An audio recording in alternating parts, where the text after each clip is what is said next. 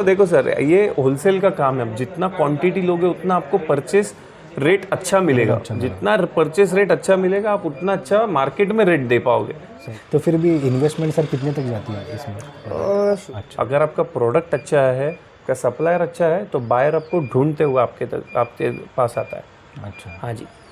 जैसे आप कोई अदर बिजनेस में जाओ, कोई भी XYZ ले, तो वहाँ पे डेड स्टॉक होता है, वहाँ पे आपको कस्टमर्स ढूंढने पड़ते हैं। ये फूड इंडस्ट्री है, ये नेसेसरी है, अनाज है, ये चाहिए लोगों को, कंजम्पशन होने ही वाला है। जस्ट टेस्ट आइडेंटिफाई करो, कस्टमर्स आइडेंटिफाई करो, वो हिसाब से आप बाइंग करो। अच्छा। आप सोचो, जितना आप फास्ट रोटेशन में काम करोगे, 2% पे ही मंथली आपको अगर ऐसे 5 भी ट्रांजैक्शन हुए तो 10% आपका मंथली इमीडिएटली प्रॉफिट हो जाता है। सिर्फ आपके 5 ही ट्रांजैक्शन अगर 5 टन के होते हैं तो।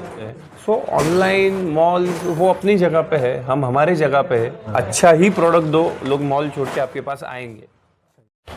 हेलो दोस्तों, मैं हूँ आपका बिजनेस दोस्त आशीष। दोस्तों, आज हम ग्रोसरी के होलसेल के बिज़नेस के बारे में जानकारी लेने वाले हैं।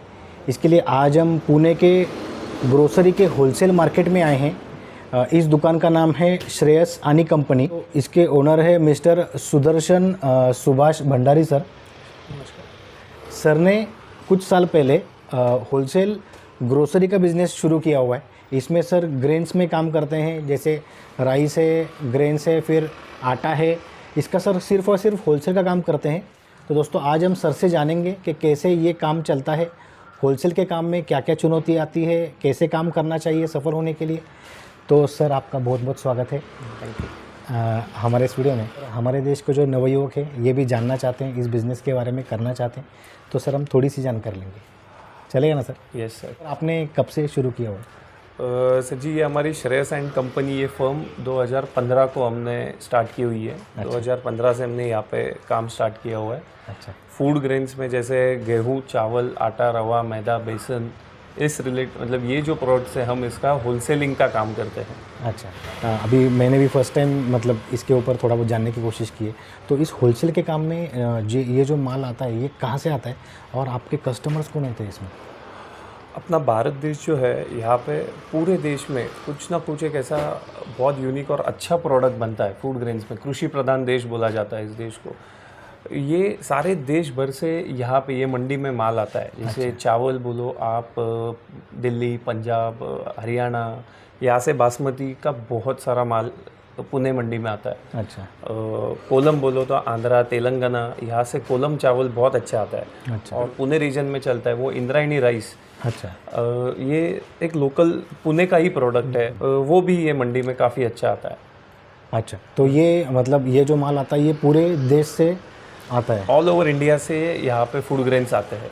तो ये जो माल आता है ये क्या कंपनियाँ वगैरह होती है इसकी? हाँ जी, ये अभी आटे की अगर बात की जाए तो प्रॉपर एक आटा मिल होती है, जहाँ पे गेहूँ लाके आटा बनाया जाता है और वो ट्रांसपोर्ट के ज़रिए हम जैसे होलसेलर्स है या फिर स्टॉकिस्ट है उन तक पहुँचाया जाता है। उनसे ये आगे रिटेलर्स, मॉल्स और आगे एंड कंज्यूमर तक ये माल जाता है। अच्छा, तो आप जो आपके पास आने के बाद आप जो सप्लाई करते हो वो रिटेलर होलसेल, हम semi wholesalers, retailers, and consumers, हम इनको सप्लाई करते हैं। अभी जो ऑनलाइन प्लेटफॉर्म्स है, हम ऑनलाइन प्लेटफॉर्म्स वालों को भी माल प्रोवाइड करते हैं। अच्छा, तो सर आपकी तरह अगर हमारे देश का नवयुवक अगर ये बिज़नेस शुरू करना चाहता है तो सर उसको कैसे प्लान करना चाहिए, कैसे शुरुआत करनी चाहिए? होलसेल बिजनेस सर एक बहुत चैलेंजिंग नहीं है, बट एक पेशेंस वाला पूरा बिजनेस है जहाँ पे आपको बहुत पेशेंस लगते हैं। अच्छा। क्योंकि एक लो मार्जिन बेसिकली ये बिज़नेस है, इसमें मार्जिन बहुत कम है, बट ये टर्नओवर वाला बिज़नेस है। अच्छा। एंड अगर कोई ये करना चाहता है तो जो हर एक डिस्ट्रिक्ट में एक मंडी गवर्नमेंट ने ओपन की हुई है। जैसे पुणे में अपनी APMC है, बाज़ार समिति है पुणे की, यहाँ पे ये होलसेल मंडी है। नासिक में है, मुंबई में है और ऑल ओवर इंडिया है ऐसे मंडियाँ की। तो वहाँ पे आप अगर बैठते हो या वहाँ पे अगर आप काम सीखते हो, करते हो, तो आपको ये चीज़ का एक्चुअल ग्राउंड लेवल पूरा समझ में आ जाएगा कि लाइसेंसिंग प्रोसेस क्या है, जगह कितना लगता है। हर एक डिस्ट्रिक्ट की एक टेस्ट होती है कि आपको कौन से डिस्ट्रिक्ट में क्या माल ज़्यादा चलता है, आपको वो हिसाब से प्रोडक्ट लाइनअप करने होते हैं। अच्छा।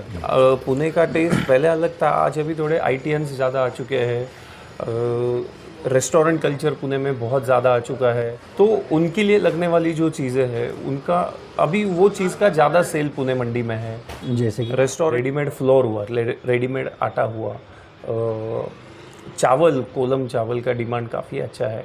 बासमती रेस्टोरेंट कल्चर बढ़ने की वजह से biryani rice, long grain rice का काफ़ी अच्छा डिमांड है। सेला राइस का अच्छा डिमांड है। तो आपको पहले वो डिस्ट्रिक्ट का एक टेस्ट होता है, एक लोकेलिटी का टेस्ट होता है, आपको वो जानना ज़रूरी है। अच्छा, तो और ये बिज़नेस अगर करना है तो होलसेल मंडी से ही करना पड़ेगा या बाहर, उसके बाहर भी, या फिर? नहीं, गवर्नमेंट ने वो चीज़ के कुछ रूल्स बनाए हुए हैं। अगर आपको होलसेल में काम करना है तो आपको गवर्नमेंट ने जो फॉर्म की हुई मंडियाँ है, एक लिमिट्स है उनके, वो लिमिट्स के अंदर आपको काम करना होता है। अच्छा। जैसे इनका लिमिट यहाँ पे मार्केट यार्ड पुणे में है, वहाँ से। पर आपने जब बिज़नेस शुरू किया था तो आपने कैसे इस बिज़नेस को आगे बढ़ाया? आपने कैसे, आप इतना बड़ा कैसे हो गए इस बिज़नेस में? तो सर जी, मैंने जब काम किया तब हमारे पिताजी का काफ़ी अच्छा एक्सपीरियंस था ये सेक्टर में, तो उनका काफ़ी मुझे एक नॉलेज या फिर एक बैकअप बोलो, वो मुझे वो चीज़ का मिला और हमने वो चीज़ को आगे फैलाया कि अब ये डिस्ट्रिक्ट में रेस्टोरेंट है, होटल्स है, मेस है, हमने वो चीज़ को टाइप करके हमने वो चीज़ को ग्रो किया। अच्छा। हाँ। और शुरू में आपके पास कितने प्रोडक्ट्स थे जब आपने शुरू किया था? नहीं, हम जब शुरू में थे तब हमारे पास गेहूँ, चावल और पल्सेस, दाल, इतने ही थे। अभी हमने वो चीज़ में हमारा एक इंद्रायणी चावल, हमने जो हमारा खुद का स्पेशलिटी हमने वो ग्रो किया हुआ है। उसके बाद बासमती राइस में हमने काफ़ी रेंजेस ऐड की हुई है।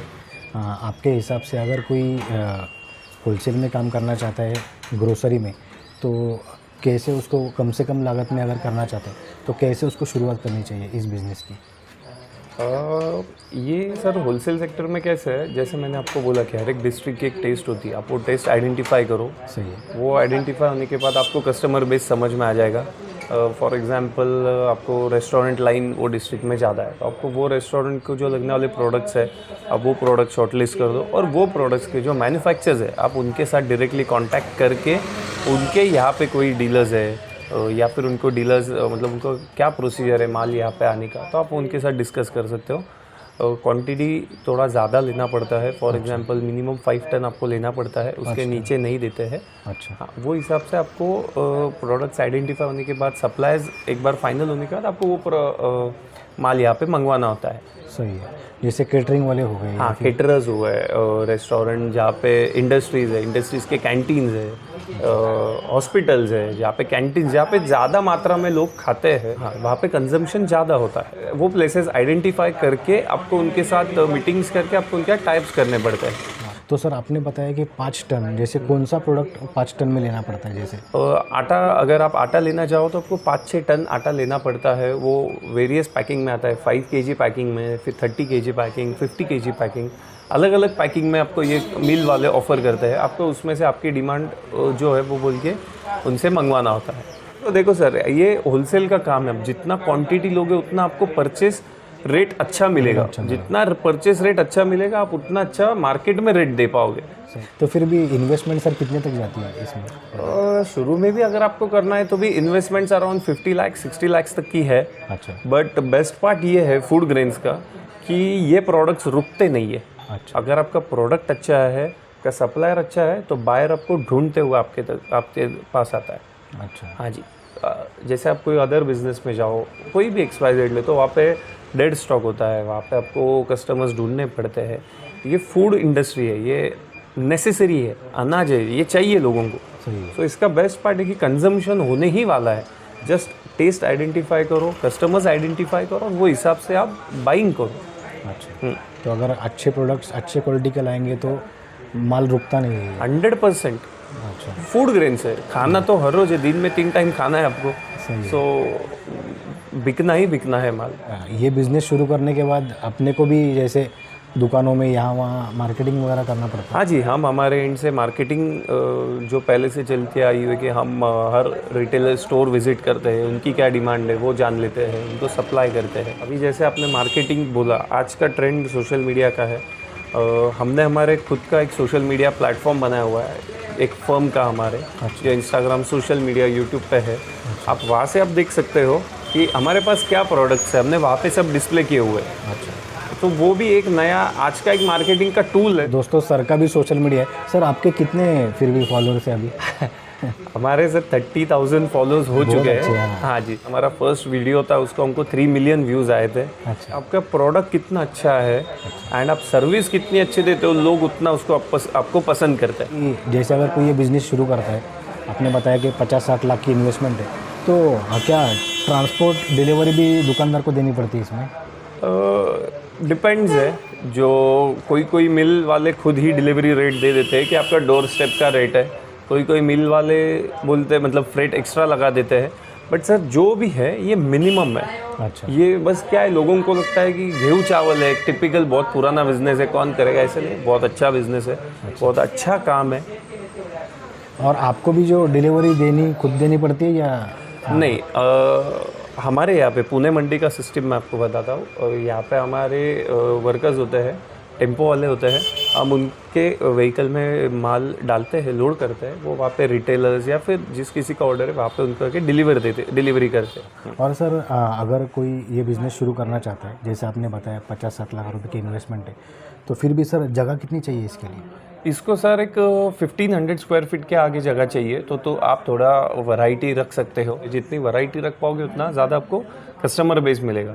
सो जगह का तो कोई लिमिटेशन है नहीं, बट मिनिमम 1500 से 2000 स्क्वायर फीट तक चाहिए। अच्छा। तो आप अच्छे से स्टैकिंग कर पाओगे। आप पीछे देख सकते हो जैसे माल स्टैकिंग किया जाता है, तो आपको थोड़ा स्पेस चाहिए। और जैसा आपने बताया था कि 5-5 टन का गाड़ी आता है, तो सर कम से कम मतलब कितने दिन में ये खाली करना पड़ता है माल? नहीं, ये खाली तो इमीडिएटली हो जाता है। वर्कर्स होते हैं, गाड़ी खड़ा नहीं कर सकते, विदिन 2-3 आवर्स आपको गाड़ी खाली करके उनको निकालना होता है। जैसे अपने पास माल आ गया, तो अपने को कितने दिन में बेचना पड़ता है? जैसे और राइस, व्हीट, पल्सेस, ये राइस तो भी पेरिशेबल प्रोडक्ट नहीं है, इसमें कीड़ा नहीं लगता है। तो राइस जितना पुराना होता है उतना अच्छा बनता है। इसको बेचने का ऐसे कोई लिमिटेशन या फिर ऐसे बैरियर नहीं है। अच्छा। बट आप आटे में जाओ, फ्लोर में जाओ और मैदा, तो इसमें कुछ 6 महीना 3 महीना डिपेंड्स ऑन मैन्युफैक्चरर्स कैलकुलेशन, उनका कुछ लिमिटेशन होता है, तो उसमें बेचना पड़ता है। थोड़ा किधर पानी का प्रेजेंस रहेगा, मॉइस्चर रहेगा, तो चावल को कीड़ा लग सकता है। तो जितना ओपन में और जितना अच्छे से रखोगे उतना लॉन्ग लाइफ उसका रहता है। बराबर। तो 2-3 जैसे अपने पास गाड़ी आई तो 2-3 महीने के अंदर उसको? नहीं सर, 2-3 महीना सर, जैसे मैंने बोला ये मिनिमम मार्जिन का काम है। आपको फास्ट लेना है, फास्ट बेचना है। अच्छा। यहाँ पे आपको हार्डली 2% मैक्स 3% पे काम करना पड़ता है। अगर आप कोई प्रोडक्ट लोगे, वो 2 महीना बेचोगे, तो आपको वो 2-3% पे नहीं काम कर पाओगे। अच्छा। आपको विदिन 3-4 डेज आपको वो ख़त्म करके आपको नया माल लेना है। अच्छा। सो वो 2% को लाइक आप सोचो, जितना आप फास्ट रोटेशन में काम करोगे 2% पे ही मंथली आपको अगर ऐसे 5 भी ट्रांजैक्शन हुए तो 10% आपका मंथली इमीडिएटली प्रॉफिट हो जाता है। सिर्फ आपके 5 ही ट्रांजैक्शन अगर 5 टन के होते हैं तो। अच्छा। तो इसमें देखा जाए तो मार्जिन कम होने की वजह से जल्दी सेलिंग करना पड़ता है। करेक्ट। सही है। और इसमें देखा जाए तो 2-3% ही मार्जिन। करेक्ट, 2-3% मार्जिन है। सर जी देखो कैसे है, ये इसेंशियल प्रोडक्ट है, नेसेसरी है। तो दिन में 3 बार इसका कंजम्पशन है। आप कोई व्हीकल लेने जाओ तो 10 साल 5 साल में एक व्हीकल ली जाती है। सो उधर मार्जिन लेवल अलग है। ये दिन में 3 टाइम्स लगने वाला प्रोडक्ट है। यहाँ पे बेसिक मार्जिन होता है, ट्रांसपोर्ट का कॉस्ट भी बेसिक होता है, हर एक चीज़ बेसिक होती है। इसमें एक ही चीज़ क्लियर है, फास्ट एंड इमीडिएट। जितना आप इमीडिएट बेचो, फास्ट बेचो, मिनिमम मार्जिन पे बेचो। अच्छा। और इसमें सर क्या उधारी क्रेडिट भी देना पड़ता है कस्टमर? देना पड़ता है जी, क्रेडिट पे काम करना पड़ता है, बट डिपेंड्स, आप आपके पॉलिसीज़ पे काम करो। हम क्रेडिट पे नहीं काम करते हैं, हम तो एटलीस्ट। अच्छा। और आप जो सेलिंग करते हो, अभी आपका सेमी होलसेल जैसा आपने बताया, तो आप कम से कम मिनिमम कितनी क्वांटिटी में आप सेल करते हैं? हमारे पास 30 kg का एक बैग होता है। अच्छा। उसके नीचे हम नहीं बेच पाते, अलाउड नहीं है बेचना उसके नीचे। अच्छा। 30 kg के ऐसे 10 बैग्स, 5 बैग्स, 20 बैग्स, जो कुछ भी हम उतना क्वांटिटी में बेचते हैं। बट 1 kg 2 kg हम नहीं वो बेचते। अच्छा। तो मिनिमम एक बैग 30 kg, करेक्ट, 30 kg का रहता है। और सर इसमें अगर कोई शुरू करना चाहता है ये बिज़नेस, कितने कामगार कितने होने चाहिए? यहाँ पे यूनियन के ही लेबर हमको मिल जाते हैं। 2 लेबर 3 लेबर, आपका काम जितना है उतना लेबर प्रोवाइड कर देते हैं यूनियन में। अच्छा। सर अभी आजकल मॉल्स हो गए, ऑनलाइन हो गए, तो क्या उसका इम्पैक्ट भी ये होलसेल बिजनेस पे पड़ा हुआ है? 100% मॉल्स है, ऑनलाइन प्लेटफॉर्म्स है, वो होलसेल में परचेस करते हैं और रिटेल में देते हैं तो उनका मार्जिन लेवल अलग है। हम होलसेल में ही परचेस करते हैं, होलसेल में ही बेचते हैं। सो हमारे पास आने वाला कस्टमर एक बैरियर लेके आता है कि यहाँ पे इतना ही लेना पड़ेगा, एक मिनिमम क्वांटिटी। बट यहाँ पे अगर कोई इशू आप मॉल में फेस करते हो तो आपको मॉल के ओनर या फिर कोई ऑथोराइज पर्सन नहीं मिलते हैं।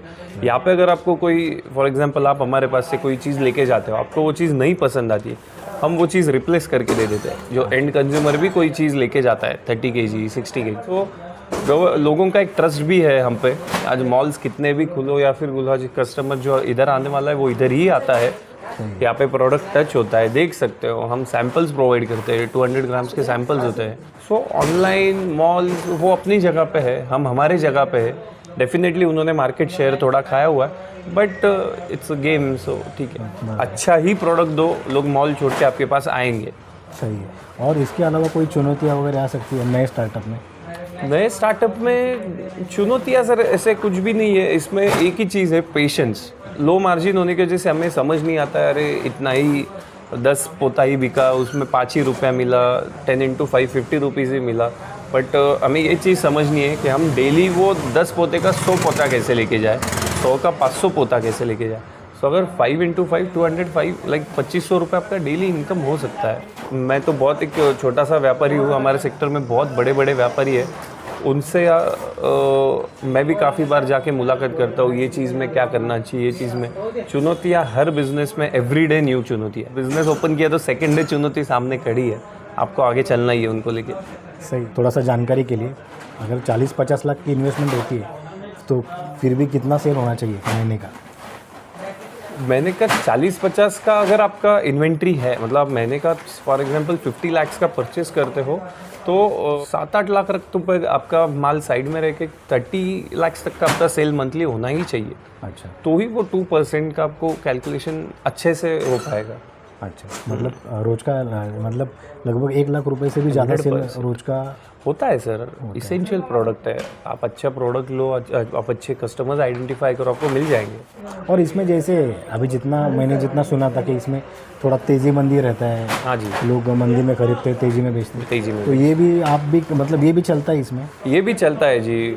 गवर्नमेंट के जब कोई रूल्स चेंज होता है हो जाते हैं रिलेटेड एक्सपोर्ट, तो फिर वो डायरेक्टली डोमेस्टिक मार्केट पे इफेक्ट हो जाता है। बिजनेस का वही है कि आपको प्रेडिक्शन करना होता है। इंडियन मार्केट ये काफ़ी बारिश पे भी डिपेंडेंट है। आपको ये एक चीज़ है, गवर्नमेंट के रूल्स है, ऐसे दोनों तीनों चीज़ें आपको कैलकुलेट करके आपको एक अंदाज़ा बांधना होता है कि ये क्या हो सकता है, और एक बेसिक आपको थोड़ा सा तेज़ी मंदी करना भी पड़ता है। अच्छा, तो जैसे अगर भाव बढ़ रहा है तो थोड़ा सा स्टॉक लेके रखो, तो आपको थोड़ा सा आगे मार्जिन अच्छा मिलता है। और जो आगे कंपनी वाले हैं उनसे भी क्या दुकानदार को उधारी मिलती है, इसमें क्रेडिट मिलता है? हाँ जी, क्रेडिट बेसिक क्रेडिट मिलता है, लाइक 2 days 3 days का ही क्रेडिट होता है। मिल वाले भी हमको वो चीज़ में कुछ मिल वाले कैश डिस्काउंट देते हैं। आप सेकेंड डे डालो तो आपको 2% 1% सीडी मिल जाती है।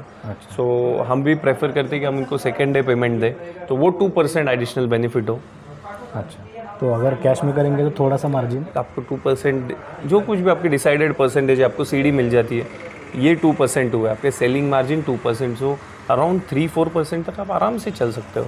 सही है। तो सर आपने बताया था कि इसमें जैसे पेशेंस रखना पड़ता है, तो आपको कितना टाइम लगा था सेट होने के लिए बिजनेस को? सर जी, मिनिमम आपको 1 year 2 year लेके चलना पड़ता है कि जो रिटेलर्स है, जो बायर्स है, उन तक आपकी जानकारी, आपके पास क्या प्रोडक्ट्स अवेलेबल है, वो चीज़ को उनको अवेयर होने को भी टाइम लगता है। आपको पेशेंटली 1-1.5-2 साल बैठना पड़ता है। उसके बाद थोड़ा सा एक ऑर्डर आना शुरू हो जाती है, डिमांड क्रिएट हो जाती है, वहाँ से फिर आपका सप्लाई थोड़ा सा इम्प्रोवाइज हो सकता है। सही है। और शुरू में अगर कोई शुरू करता है तो दुकानदारों को सप्लाई करने से बेहतर है वो होटल को अगर करेगा, या फिर नहीं, ऐसे नहीं है। आपको किन के साथ काम करना है? आपको रिटेलर्स के साथ काम करना है, मार्केट अच्छा है, होटल्स है, रेस्टोरेंट्स है, उनके साथ काम करना है, मार्केट अच्छा है। ऑनलाइन प्लेटफॉर्म्स है, उनके साथ काम करना है, बहुत ऑनलाइन प्लेटफॉर्म्स है। डिपेंड्स आपको किसके साथ काम करना है। ये पूरा गेहूं का माल है, 30 kg पैकिंग में, अलग अलग ब्रांड्स में, MP से आया हुआ ये गेहूं है। तो यहाँ पे आटा लगाया हुआ है, जैसे मैंने आपको रेडीमेड आटे के बारे में बोला हुआ था। ये 30 kg पैकिंग में होता है, इसमें 5 kg पैकिंग होता है, 50 kg पैकिंग में होता है। ये चावल का स्टैकिंग है। ये 10x4 का आउटर है, मतलब 10 किलो की एक बैग है। ऐसे 4 बैग्स होते हैं इसमें ना, मतलब हाइट वाला स्पेस चाहिए तो आप अच्छे से रैकिंग कर पाओ। ये आटे का रेट अभी फिलहाल क्या है, या कम कम ज़्यादा भी होता रहता आज आटे का रेट है 35 रुपीज़ kg, बट ये बल्क में है। 50 kg का आउटर होता है। इसमें कई सारे ब्रांड्स है, कई सारे प्रोडक्ट है। 33 से लेके 37 तक आपको अलग अलग रेट्स में मिल जाएंगे। हमारे पास जो आटा होता है वो होटल्स, रेस्टोरेंट्स, मेस के लिए चलता है, तो हमें थोड़ा अच्छा क्वालिटी का रखना पड़ता है। ये कोलम चावल है, यहाँ पे साबूदाना है। ये हमारा मेन प्रोडक्ट है, ये इंद्रायणी राइस है। ये हमने 30 kg पैकिंग में अवेलेबल किया हुआ है। तो सर आपका बहुत बहुत धन्यवाद लोगों को इतना डिटेल में जानकारी देने के लिए। दोस्तों मैं आपको डिस्क्रिप्शन में सर का फ़ोन नंबर दे दूँगा। सर के जितने भी प्रोडक्ट्स हैं आप चाहे तो मंगा सकते हैं। कम से कम एक बैग से 30 किलो से आगे जो भी क्वांटिटी, पूरी बैग में यहाँ पे काम चलता है, लूज़ में काम चलता नहीं है। तो दोस्तों अगर आपको ये वीडियो पसंद आई तो इसको लाइक और शेयर कीजिए, हमारे यूट्यूब चैनल को सब्सक्राइब कीजिए। मिलते हैं अगले वीडियो में एक नए बिजनेस आइडिया के साथ। तब तक के लिए गुड बाय दोस्तों एंड